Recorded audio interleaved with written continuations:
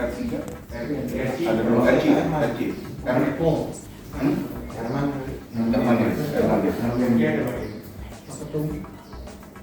kalau dulu sih dulu yang oke. nggak apa-apa ada ketuanya kan sama Sebetulnya gini, kita ada dua. Oke. Jadi salah satu bentuk support yang akan kita peroleh adalah komitmen untuk pembantuan distribusi dari perusahaan sekelas JNE yang nantinya bisa dititipkan kalau kita ada satu tujuan muatan yang ingin kita bawa, mereka membuka diri. Jadi ini juga lumayan, kita dapat dukungan seperti ini itu bukan hal kecil juga, misalnya berarti buat kita di mana jangkauan JNE kita tahu seluruh Indonesia juga kan dalam hal ini. Dan sebetulnya kolaborasi sama JNE kita pernah lakukan saat STSC membantu Yayasan Siti Arsa Foundation milik Khairul Tanjung ya dari Trans Corporation, di mana JNE menjadi salah satu mitra institusinya. Nah, disitulah kita juga memahami itu menjadi potensi kolaborasi kita. Nah, terus kemudian yang disampaikan Om Dito, jadi SCSC itu sebetulnya agak mundur sedikit waktu saya dan Om Keli serta pengurus merancang rencana kegiatan dan kita tidak menyangka sekali ada corona. SCSC itu sebetulnya punya dua agenda. Yang pertama, kita bicara soal kebencanaan. Bencana itu dibagi dua, ternyata bencana alam sama non alam. Non alam kita alami nih sekarang nih wabah, gitu ya. Nah, ini membutuhkan skill khusus nih, how to ya making any safety procedure atau supporting penyelamatan. Dan non bencana juga akhirnya dengan adanya Sriwijaya Air kemarin itu kan kita nggak bisa kategorikan alam ya. Jadi pokoknya non alam tadi ada wabah, ada bencana transportasi darat laut dan udara. Nah, ini ternyata sangat menarik untuk kita bisa pelajari dan kemudian kita tularkan. Jadi kita sebetulnya SCMP ini di awal sudah berencana melakukan inisiatif seperti train of the trainer. Jadi kita ingin ada mediasi pelatihan yang digagas oleh rekan-rekan senior kita di kebencanaan, kemudian itu alih generasikan ke pengurus, kemudian ke member dan seterusnya dari klub Suzuki. Kita nggak mikirin yang lain, internal klub dulu deh, gitu ya. Terus yang kedua, program non kebencanaan itu yang sifatnya bakti sosial. Jadi kalau yang pertama tadi bencana kita bagi dua kategori, non alam dan alam. Yang kedua adalah program kita lebih ke bakti sosial. Jadi kita nggak nunggu bencana, tapi kita tetap bisa berkegiatan mengabdi gitu loh untuk masyarakat atau sesama dengan cara kita melakukan berbagai. Kalau udah berbagai lebih dari satu. Pertama adalah kita punya cita-cita pengen bikin donasi berupa literasi. Jadi kita bekerja sama dengan satu yayasan yang menyiapkan buku-buku bacaan. Kita punya kendaraan box, kita punya kendaraan ambulan saat itu, dan kemudian juga dari SIS juga kita sempat minta dan insya Allah akan disupport. Pokoknya ini jadi mobil perpustakaan keliling. Itu salah satu program mulia kita dari sisi non kebencanaan. Tujuan kita gini, kenapa mengarah ke situ? Generasi muda kita, anak usia 3, 5, usia dini sampai SD, bahkan SMA, seberapa banyak sih yang baca buku kan dan ya semuanya sudah praktis ke sini larinya. Saya ngomong yang paling brutal aja, terjadi kiamat teknologi, jebret semuanya mati, terus kita mau apa? Nah, anak-anak yang kita sayangi ini sebetulnya juga nanti akan kita belah lagi yang konvensional sama yang menjurus ke religi barangkali. Karena kan kita ada momentum puasa, mungkin juga ada Natal dan seterusnya. Kita punya banyak panti asuhan yang bernuansakan yayasan Islam, kemudian panti asuhan yang bernuansakan yayasan lain. Kita semuanya kepingin kita papar semaksimal mungkin. Kenapa? Karena foundationnya atau yayasannya ada yang memang mengkhususkan itu. Tapi kita bisa gandeng mereka untuk ambil jalur di lingkungan kita. Kemudian yang non kebencanaan lagi adalah dapur umum. Oke, ini kita cita-citakan nih, tapi belum terlaksana. Tapi insya Allah di tahun 2021 ini dari pihak SIS sudah menyadari dan mau menyiapkan kendaraan yang khusus untuk kita bawa kemana-mana melayani proses konsumsi makan dan minum. Buat siapa? Masyarakat. Buat siapa aja? Kita malah mentingin relawan kita sebetulnya. Karena di ajang evakuasi SJ 182, teman-teman kita maaf, di luar prediksi kita tidak mendapat konsumsi dari manapun. Semua mandiri di situ. Terus siapa yang harus take care di situ? Ya kita lah. Makanya sempat waktu itu kita minta, kita galang, teman-teman ngerasain sendiri. Udah namanya di Tanjung Kait, mau kayak gimana, angin laut, tenda juga waktu itu belum ada sampai akhirnya ada. Ya kita kan nggak mau teman-teman ini sakit gitu loh, karena ujung tombak kita semua yang membawa nama kita semua. Namanya kecilan, tapi dapur umum dalam hal ini amat sangat kita kedepankan karena nanti punya banyak manfaat kalau kita bikin turunannya lagi untuk kedaruratan bencana sama untuk juga pemberian gizi. Terakhir teman-teman menyimak kapan sih terakhir yang namanya kita dengar layanan posyandu, nggak ada kan? ECRT sudah berencana untuk mewujudkan itu. Dengan apa? Kita menyasar ke kantong-kantong kawasan yang ekonominya rendah dengan maaf nih mendukung program pemerintah stunting, pemberantasan kekurangan gizi gitu ya. Kita nggak bisa remehin ini karena ini maaf nih, Om Keli kemarin nemuin di sekitar Cilandak aja ada yang manusia gerobak seperti itu. Siapa yang mau care kalau nggak kita gitu kan? Pemerintah memang udah punya porsi, tapi kalau kita bisa berjalan sendiri membantu pemerintah, kenapa enggak dalam hal ini? Terus apalagi salah satunya adalah kita bilang apa Om Keli yang ngasih bantuan untuk air bersih di pipanisasi. Ya, itu salah satu program. Jadi kan itu sebetulnya tidak ada bencana, tapi kita bisa membantu pihak lain. Jadi sebetulnya gini, saat memulai SCRC ini kita memang sudah mengklasifikasikan layanan-layanan kita ke depannya apa. Tapi jujur semua layanan itu hanya terjadi di atas kertas kalau nggak kita gerak atau nggak kita support lebih lanjut. Nah, itu sebagai tambahan aja bahwa SCRC di awal kita bentuk bukan hanya sekedar bertemu kopdar ketawa-ketawa habis itu bubar. Ternyata kita alhamdulillah sampai detik ini masih bertahan, bahkan kepingin lebih besar lagi dalam sisi kontribusinya. Nah, jadi tidak tidak berharap ini berhenti sampai di sini, dan saya juga mohon maaf ke teman-teman, bukan mau menggurui, tapi jangan berputus asa dengan dinamika yang terjadi di klub. Sejauh kita sudah punya passion terhadap hobi kita di kendaraan kita, terus juga nyambung dengan komunitasnya, ya kenapa enggak kita bisa meluangkan waktu semaksimal mungkin. Oke, COVID sekarang jadi kendala. Nih ada sedikit keunikan di internal teman-teman gimana untuk melakukan kopdar selama nggak boleh ketemu. Kan susah, ya. Tapi alhamdulillah sih secara sporadis, mungkin grup-grup kecil gitu kan, karena udah lama nih kangen nggak ketemu.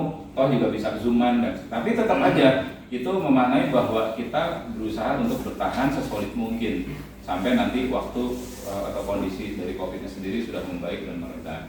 Nah ini yang saya bisa share hari ini, mungkin karena sudah jam 11:30, barangkali ada masih tersisa pertanyaan atau teman-teman, barangkali juga teman-teman yang udah di garis depan nih mau curhat sesuatu, mau silakan, mumpung ada teman-teman klub juga yang hadir di sini, kira-kira meminta. Belum ada bos-bos semua nih. Jangan minta makanan tapi ya. Begini teman-teman, Mungkin tanya apa Keli dan semuanya. Satu ya. Kebayang nggak kalau teman-teman kita yang jadi relawan inti SCRC ini lepas seragamnya, kita ngeliat sebagai manusia biasa kan? Ya. Tapi saat mereka pakai seragam, mereka diving di kedalaman 20 meter, mereka naik ke satu gedung yang runtuh, dan ya kita mau ngapain lagi kalau nggak ada kontrol dari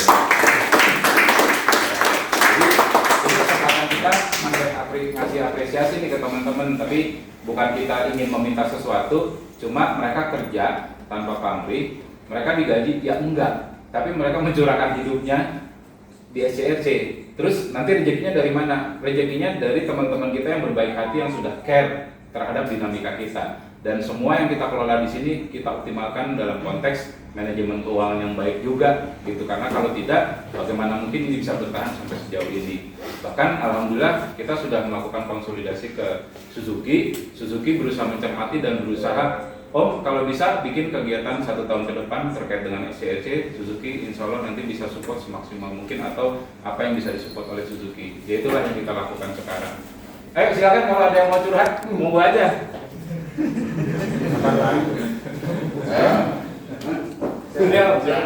Assalamualaikum warahmatullahi wabarakatuh. Saya dengan Daniel dari IRC dengan Jai juga. Ya. Tadi kan kembali lagi Om untuk fasilitas member yang ada Om. Nah komunikasi ini apakah sudah dibuka Om? Mohon maaf, prioritas utama adalah garda terdepan. Nah yang ada di sini, apakah sudah ada komunikasi untuk rumah sakit rujukan COVID untuk para member yang inti yang ada di sini? Karena kenapa? Kita nggak tahu ketemu siapa yang sakit, paling tidak kan tadi member ini udah dapat prioritas yang garda terdepan itu udah buka pintu. Ke rumah sakit rujukan siapakah, di mana, itu. Nah itu mohon dipikirkan juga. Karena kan kalau tim inti ini kan pasti bergerak. Dia resikonya kan lebih besar ya. Nah itu bisa harus dipikirkan lagi. Kedua, next untuk ininya Om, kalau kita masuk itu nanti ada ID pengenal kah atau apa masuk ke sini? Itu aja sih Om. Oke, makasih Om. Mungkin Om Belik bisa informasikan soal penanganan. Ya, penanganan COVID ya. Ini biasa menangani kita sendiri memang. Untuk rumah sakit memang antriannya itu memang luar biasa. Ini yang Polri yang tiap hari menerima beberapa mencarikan ruangan ICU, ruangan apa, kayak gitu sih. Gimana perkembangan rumah sakit sekarang? Terima kasih atas waktunya. Kan saya Ahmad Kodari sebagai pendamping pasien kalau untuk di ambulan.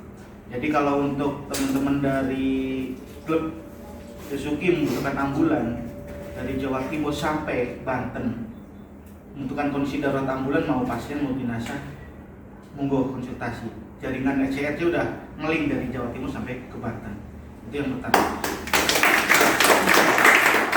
Yang kedua untuk pasien COVID ya, kami belum bisa untuk bantu sejauh cuma dari teman-teman klub, keluarganya atau tetangganya butuh rujukan ke rumah sakit COVID, kami belum bisa punya akses. Pertama gini, ada aturan dari pemerintah bahwa setiap rujukan itu harus benar-benar ada sistem SPG-DTT. Itu udah diterapkan. Jadi tanpa ada rujukan yang pasti, kami nggak bisa bantu. Kami pun karena keterbatasan di kami dari segi APD sampai dengan peralatan untuk dekontaminasinya kami belum siap. Kami belum bisa untuk melayani pasien COVID.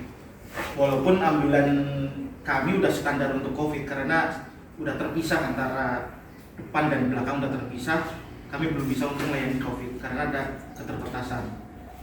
Nah, kalau kita paksakan kembalinya kita yang terlalu beresiko. Makanya kami harus menolak.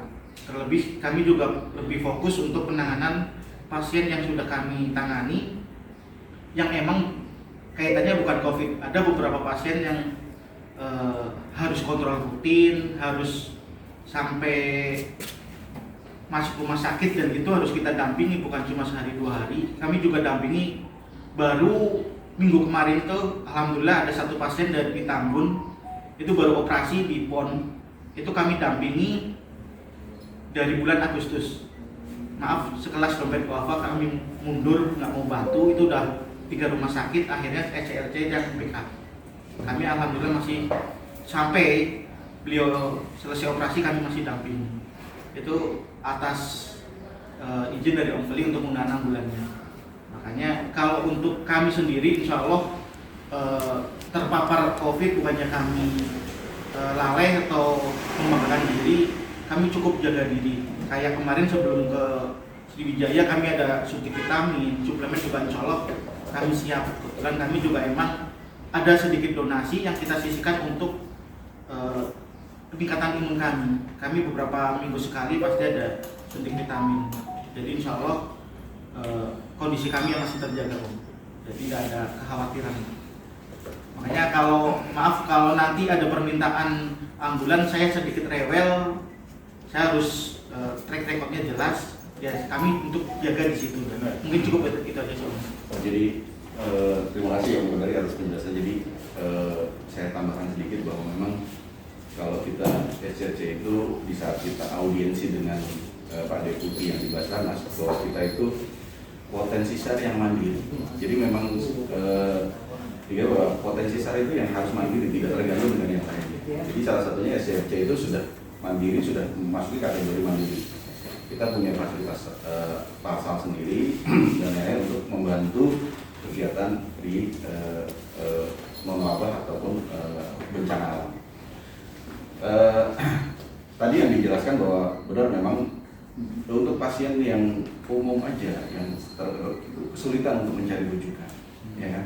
Jadi memang peraturan pemerintah yang membuat kita gitu. Tapi ya insya Allah dengan link kita, urgensi kita itu ya amit-amit lah, mudah-mudahan kita semua terjaga, tim-tim kita juga terjaga dari karena kita sudah antisipasi untuk terpaparnya itu dengan prokes yang ketat, kemudian menjaga imun kita dan lain-lain, terus termasuk juga menangani pasien yang harus kita bawa gitu. Kira-kira seperti itu sih ke kita, karena memang kesulitan kita untuk mencari rujukan atau kita MOU dengan rumah sakit itu sangat tidak mudah gitu aja. Kita ini kan waktu Ketua Herman kan, kalau kabut turing di WhatsApp kan. Iya, jadi bukannya kita di grup itu bukannya kita tidak merespon loh. Jadi dengan adanya seperti itu kita semua bergerak juga. Iya. Artinya kita baca di grup kita koordinasi. Iya. Artinya koordinasi dengan Japrian dan lain, bahkan sampai SRC punya orang di makam Pondok Rangon. Jadi kita tim SRC ada yang sebagai babinsa di sana untuk Pondok Rangon. Dia sudah standby, tapi dengan linknya sendiri akhirnya punya link, akhirnya bisa dikumpulkan di sana. Padahal memang tertutup situ, sudah tidak nampung lagi. Tapi Om Yosi bisa di sana. Ya kita datang karena memang itu ada anggota SSC juga, gitu ya kita bisa tim-tim ini kemarin juga jarak ke tempat Om Yosi di ujung sana. Jadi gitu sih Om, memang walaupun di grup kita diam, tidak ada termasuk dengan dia, kita semuanya kerja. Jadi intinya ya, tapi itu memang kondisinya pemerintah itu sekarang memang penuh di mana-mana. Dan peningkatannya itu luar biasa. Makanya bahkan kemarin ada yang kereta untuk jadi tempat isolasi mandiri itu sudah dipersiapkan, gerbong kereta loh. Kayak gitu. Jadi sebenarnya dari kita juga yang harus tetap menjaga sih, kayak gitu sih. Ya, jadi kesimpulannya sebetulnya kalau kita kaitkan sama keberadaan bencana wabah pandemi, kita nggak punya rumusan yang lebih baik kecuali menunggu rekomendasi seaman mungkin sama izin dari ketua umum dan ketua harian dari SCFT-nya, ada Om Koko juga. Kenapa? Karena kalau enggak, mereka lah yang akan bertanggung jawab terhadap sebuah proses penularan dan seterusnya. Karena beban moral sih sebetulnya. Kita bukan tidak sigap, tapi kita justru berpikir yang lebih panjang lagi terhadap efek dari itu sendiri. Terus kedua tadi menanggapi soal kesekretariatan, jadi saya istilahkan itu adalah soal kesekretariatan. Memang kita belum mumpuni banget dari sisi budgeting. Sebetulnya kita kepingin baik seragam, identitas yang kira-kira teman-teman resmi ini nanti bergerak itu bisa langsung nyaman. Itu sebetulnya dalam perencanaan sudah dirumuskan beberapa poin, tapi untuk memproduksinya memang kita harus menunggu anggaran-anggaran khusus untuk membuat itu. Bahkan saya setengah minta donasi nih, jadi saya lagi melobi sebuah perusahaan percetakan printing yang memang mau punya kepedulian. Jadi kita bicaranya bayar ongkos produksi aja, mereka nggak perlu ngambil margin. Nah ini salah satu yang sudah mulai kan di percetakan backdrop ini lumayan nih. Kita ngeprint selembar 25.000, kasih ongkos cetak cuma 15.000, ya lumayan. Kalau kita bawa yang harga 25.000-nya kan berapa duit harus kita keluarkan. Tapi ya itulah salah cara kerja kita yang bisa kita lakukan saat ini. Tapi kalau untuk soal seragam, sebetulnya kita kepengen seragam kita sebaik mungkin. Jadi saat nanti berlangsung sebuah proses kedaruratan, ya tadi bukan kita mau dia atau mau gimana, tapi ya itulah kita gitu. Karena ya sejauh ini kita juga tidak menolak kalau sampai ada salah satu yang dipakai sama Om Kodari itu ada kakap ya dari alumni Angkatan Udara, Perwira Angkatan Udara, itu kan menjadi mitra kita juga. Yang paling betul kan nanti mainnya ada SCLC, di belakang ada kakap, ada ini, itu sih kita maunya. Tapi kalau soal memproduksinya kita sudah punya mitra, cuma biaya untuk memproduksinya kita lagi achieve. Mudah-mudahan dengan keberadaan pos peduli ini punya kesempatan kita juga rejuvenate atau melakukan persiapan dari segi keseragaman. Diskusinya. Atau mungkin yang punya properti lebih di wilayah Bekasi ya kan bisa memberikan satu di sini nih ya kan, misalkan jadi sekretariat gitu kan. Oh iya. Ya, bisa juga. Om Taufik nih propertinya banyak nih. Oke, ada lagi? Mungkin teman-teman yang lain? Om, Yuk. Oh ya, Tante silakan. untuk masalah apa tadi ya? Tentang masalah baju, kaos untuk identitas ya.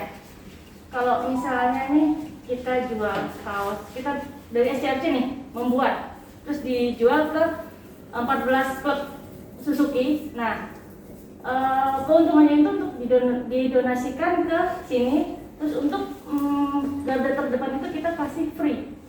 Apakah ini ada solusi yang baik atau gimana? Oke, karena ini masih diskusi, Ya. jadi gini, sebagai organisasi yang punya banyak kebutuhan, salah satunya adalah di keuangan, kita saat ini belum menetapkan faktor revenue streaming untuk organisasi. Jadi kalau ini sebagai wacana mungkin iya kita bisa akomodir, tapi yang paling benar adalah kita membutuhkan para mitra-mitra yang berbasis kepedulian. Soalnya kalau udah ya tadi saya bilang, kalau dari teman-teman yang mungkin mengajukan perusahaan percetakannya kayak gitu-gitu bang udah banyak ini, tapi nanti khawatirnya kita bagaimana dengan kondisi cash flow-nya kita di organisasi. Kalau nggak achieve nanti takutnya marah karena mungkin udah keburu ngambil kayak gitu, kita mau hindari. Jadi kita nanti harus punya kemitraan dengan vendor yang berbasisnya peduli juga, bukan bisnis. Kenapa? Kalau nggak kita nggak akan ketemu visi misinya. Soalnya apa? Di komunitas klub kita sendiri hal-hal kayak gitu sudah bikin perpecahan tuh karena udah ada ego, barang gua lebih bagus kayak gitu-gitu. Kita nggak mau ke sana. Tapi kita sadari bahwa kita tetap butuh eksistensi dari brand kita yang di SCRC ini, ya bahkan mungkin kalau waktunya tepat dan segala sesuatunya membaik, hal seperti ini prioritasnya kita serahkan ke PT SIS. Kenapa? Karena mengusung visi misi perusahaan barangkali yang kita harus utamakan. Kalau memang nanti sudah dapat tanggapan semaksimal mungkin, masih ada kekurangan, baru kita akan cari dukungan dari mitra keluar. Tapi anyway, terima kasih inputnya, itu bisa menjadi salah satu program juga penggalangan donasi. Cuman untuk saat ini mencermati semua kondisi yang ada akibat COVID, namanya praktek menjual buat kita mungkin masih kita harus pertimbangkan lebih dalam, karena orang sekarang justru lagi berhemat gitu ya. Kecuali yang langsung to the point bahwa pokoknya gue langsung mau menyumbang ala keadaan sekian, mungkin bisa buat 5-6 orang seragam, konsepnya kayak apa terserah. Nah itu kita lebih prefer begitu nantinya. Kenapa? Ya kita tinggal dorong ke perusahaan percetakan yang betul-betul mau menerima budget kita, tapi dengan kualitas sebaik mungkin. So far sih itu. Oke, rompi kita butuh, celana PDL ya tadi PDL, PDH itu sebetulnya kita butuh. Kenapa? Nanti kan nggak mungkin mereka tiap hari dengan berbekal satu ini habis nyebur di kali, besok nyebur di laut, habislah tidak lagi. Ya mungkin itu yang kita bisa diskusikan. Oke, ada lagi silakan. Om, oh, Ya. enggak duluan, enggak, kita cuma lisang doang kok. Silakan, silakan. Ini kan kita punya garda terdepan istilahnya. Nah, ini misalkan ada kawan-kawan dari klub yang ingin mendedikasikan diri untuk menjadi garda terdepan itu seperti apa, terus pelatihan bagaimana, gitu kan? Mohon kita ya. Oke. Ini ada Om Keli, ada Om Dito nih. Senang banget kalau ada demen dengar garda terdepan yang mau berkontribusi. Silakan Om Keli. Bisa pensiun. Mungkin yang sudah ada sudah berapa banyak? Mungkin Jadi gini Om, selama ini kan garda terdepan kita terus terang ya ada mau dibilang berapa banyak ya kan, kita akan mengeluarkan sediperlukannya. Tapi gini, kita pengen bahwa SCRC itu kan 14 klub. Jadi kami seperti saya bilang, saya dari klub, salah satu klub, boleh sebut SJ Om Imam juga salah satu klub dari Karimun. Tapi begitu kita masuk ke SCRC, kita sudah kita sudah mewakili masing-masing klub. Nah, kemudian dari RC, walaupun RC misalnya nih contoh, kita di SCRC belum punya kontribusi nih apapun itu gitu kan, nggak punya orang dari sana, tapi kita mau nempelkan logo SCRC malu, jangan gitu Om, karena SCRC kami aja gitu yang bekerja, maksudnya yang siang malam kayak gitu, tidak mempermasalahkan itu. Apalagi kalau memang ada kawan-kawan dari klub yang mau berkontribusi menitipkan kawan-kawan untuk menjadi relawan, untuk jadi garda terdepan. Nggak apa-apa Om, datang saja. Maksudnya setiap ada kegiatan, ada operasi SAR atau ada apa, datang saja, nanti dari situ kita akan kolaborasi. Itu biasanya yang terjadi di lapangan. Tapi nanti ke depan kita sampai menunggu situasi yang aman, kita akan berikan satu pelatihan. Masing-masing klub itu akan mengirimkan anggotanya untuk menjadi relawan dan kita akan aktif di situ, ya kan? Dari mulai manajemen posko sampai kemudian nanti sampai ke penanganan SAR-nya. Nah, tergantung nanti RC maunya di mana. Oh, aku pengen ngambil di dapur umumnya nih. Sudah, kita nanti bergerak pelatihannya di dapur umum. Cara masaknya untuk berapa orang? Untuk 10 orang, 20 orang, 1000, ya kan 3000 gitu kan. Nanti itu kan kita latih. Kemudian manajemen poskonya mengatur flow-nya barang distribusi bantuan. Jadi misalnya ada barang 10 ton gitu kan, gimana cara mendistribusikannya untuk beberapa kakak dan lain-lain, itu kan nggak gampang sih Om kayak gitu. Kemudian itu tentang operasi SAR dan lain-lain. Nah itu nanti kita semuanya kalau sudah ada orangnya, ada sumber dayanya, kita akan memetakan itu. Gitu. Jadi saya sangat terbuka sekali, alhamdulillah sekali kalau memang ada pengiriman dari anggota-anggota yang didata saja.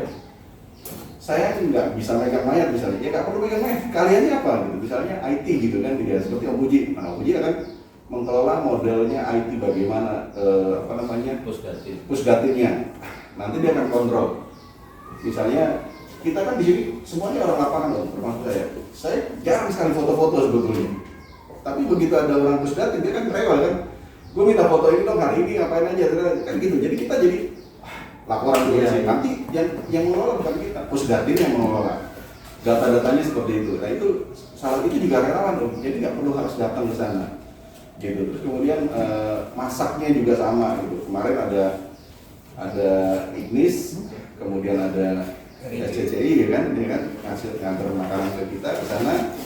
Itu juga salah satu ya. Walaupun dia cuma datang, buat kita itu adalah booster gitu kan. Jadi kita ditengok nih sama kawan-kawan gitu kan. Sepele memang, tapi nggak apa-apa, kita yang kerja ke laut datang, begitu datang di situ kita bisa bercanda ya.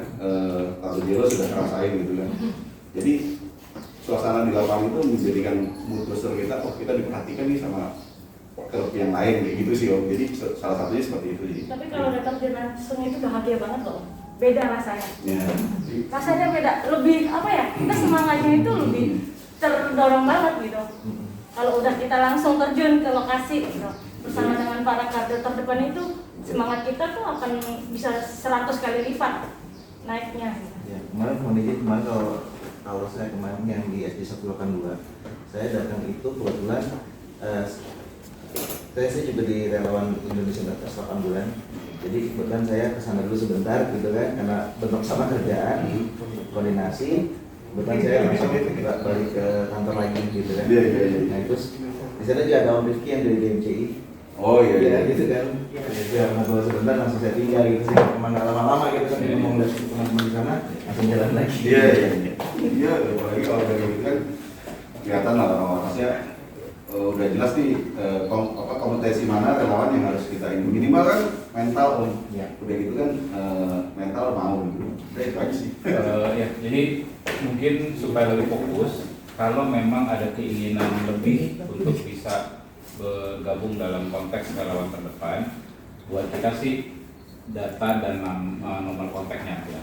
Karena saat ini kan kalau ingat awal-awal dulu relawan ECNC di data ya, dimasukkan data, itulah database yang kita butuhkan. Sebetulnya dua hal yang kita siapkan dalam hal ini untuk data tersebut. Pertama, untuk database internal kita, dan yang kedua adalah ini betul-betul disetorkan ke Basarnas atau BNPB sebagai potensi relawan, karena di situ nanti akan disebutkan kompetensi masing-masing kalau udah menyangkut ke lembaga nasional ya.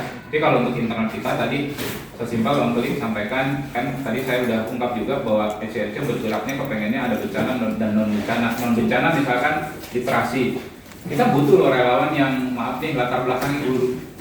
Bagaimana kita bisa bertemu keluarga yang berkebutuhan khusus, yang ekonominya kayak itu, terus kita kasih solusi gitu. Dan ini pernah saya lakukan waktu awal-awal saya mencermati tentang dinamika kebutuhan sosial, psikologi terhadap masyarakat ekonomi lemah di kampung pokoknya daerah Priuk. Oke, saya dipertemukan dengan anak-anak yang sama orang tuanya dilarang sekolah karena harus nyari duit buat emak bapaknya. Oke, satu hal yang saya pikir, kita semua paham, apalagi sudah berkeluarga kan nggak mau anaknya nggak sekolah, tapi ini justru sebaliknya. Dan anak-anak ini karena saking dilarangnya sekolah sama si orang tua, atau lebih tepatnya ada juga yang memang tidak mampu untuk bayar sekolah, jadi terpaksa tidak sekolah. Apa nih yang harus kita lakukan? Buat saya satu, kita harus temukan dulu passion si anak ini, minimal apa? Secara ini kita harus bantu mereka mengarahkan ke cita-citanya. Jangan heran di saat saya berjibaku di lapangan tersebut, saya temukan pokoknya gue pengen jadi maling, pengen jadi copet, emang hidupnya keras banget. Kita nggak alergi dengar kata-kata begitu. Kaget, kenapa? Kita nggak terbiasa ada di lingkungan itu. Tapi begitu statement itu keluar, itu nyata loh, itu nggak jauh dari kita loh di Priuk sana. Sampai akhirnya 2 hari setelah saya observasi, hari ketiganya kita datang dengan program kreatif, yaitu mengajak mereka, men-challenge mereka, bikin sebuah event atau acara yang mereka mau, tapi tidak boleh jahatin orang gitu intinya. Contoh misalnya, itu karena yang saya hadapin itu anak umur yang 2 tahun, 3 tahun, kan bahasanya nyatuin kan agak susah. Tapi kalau saya bikin kerja kelompok, saya bikin tugas di situ, tolong bikin konsep acara ulang tahun buat dia yang 3 tahun. Terserah mau bikin apa, dekornya apa. Nah di situ mereka kerja bakti di situ. Nah itu salah satu bentuk yang sebetulnya sangat mungkin. Makanya dengan inspirasi itu saya juga pengen di SCRC bisa melakukan hal serupa. Dan yang paling penting lagi justru yang kayak gini-gini kita butuhkan justru di daerah bencana untuk recovery psikologi pasca trauma gitu loh.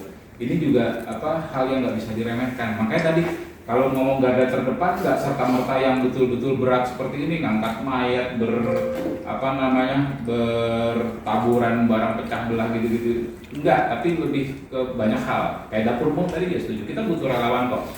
Dapur umum, konsep di SCRC yang saya mau adalah kita pahami dulu faktor gizi ideal buat semua orang. Enggak semua asal makan terus kenyang gitu ya. Memang kita juga nggak pungkiri bahan baku kadang-kadang kita bertemu dengan yang seadanya. Tapi yang seadanya kan kita paham kandungan gizinya sekian. Kenapa? Kalau bisa di kelembagaan kita dapur umum ini digawangi sama dokter gizi supaya apa? Ngasih tugas ke relawan pemasaknya udah tahu menunya mau apa, lama gitu kan, sama bumbunya seberapa bagus gitu untuk bisa membuat yang mengkonsumsi itu dapat sehatnya, dapat kenyangnya, dapat senangnya. Jadi itu yang sebetulnya lagi kita terus gali sampai nanti satu persatu bisa kita wujudkan.